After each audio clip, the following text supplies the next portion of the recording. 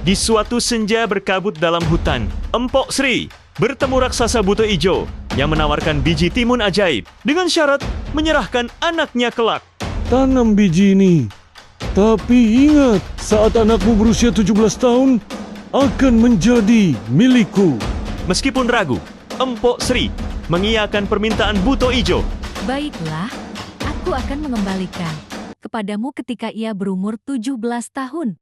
Di halaman rumah bambu sederhana, Empok Sri menanam biji mentimun dia.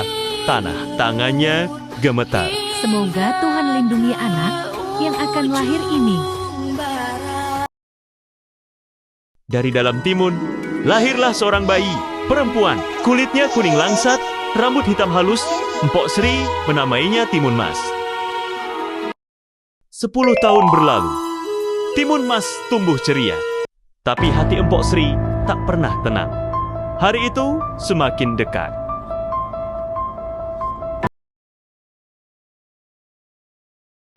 Dan tiba-tiba, cuaca langit mendung. Buto Ijo kembali menagih janji. Sekarang umur Timun Mas sudah 10 tahun. Aku akan kembali 7 tahun lagi untuk menjemput Timun Mas. Empok Sri hanya berdiam diri sambil memeluk Timun Mas yang ketakutan. Ibu, aku takut. 7 tahun berlalu. Kini saatnya Buto Ijo kembali.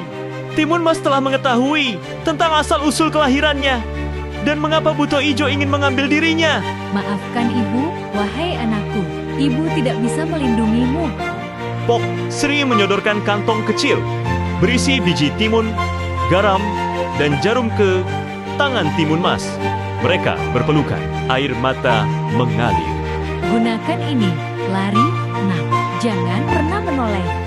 Dengan perasaan sedih dan takut, Timun Mas lari meninggalkan ibunya. Ketika Timun Mas lari, ia menyadari bahwa Buto Ijo mengejarnya. Timun Mas berlari sekuat tenaga melalui hutan lebat yang diguyur hujan. Pakaiannya robek, wajahnya penuh lumpur, napas tersengal.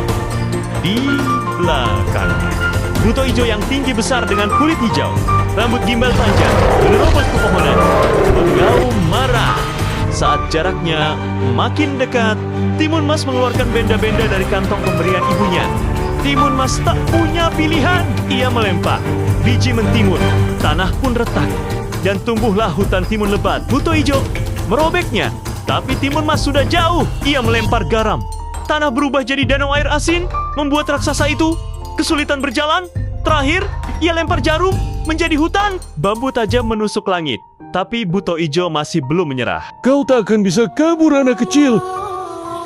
Timun Mas terpaksa berhenti karena jurang berlumpur. Buto Ijo mengejarnya, tapi tepat saat dia melompat, tanah di bawahnya amblas menjadi lumpur mendidih. Akar-akar dan sulur hitam ajaib mencuat dari dalam, melilit tangan dan kakinya. Raksasa itu mengaum, matanya memudar. Tubuhnya perlahan tenggelam ke dalam lumpur yang mengepul panas. Hanya uap dan jejak kakinya yang tersisa.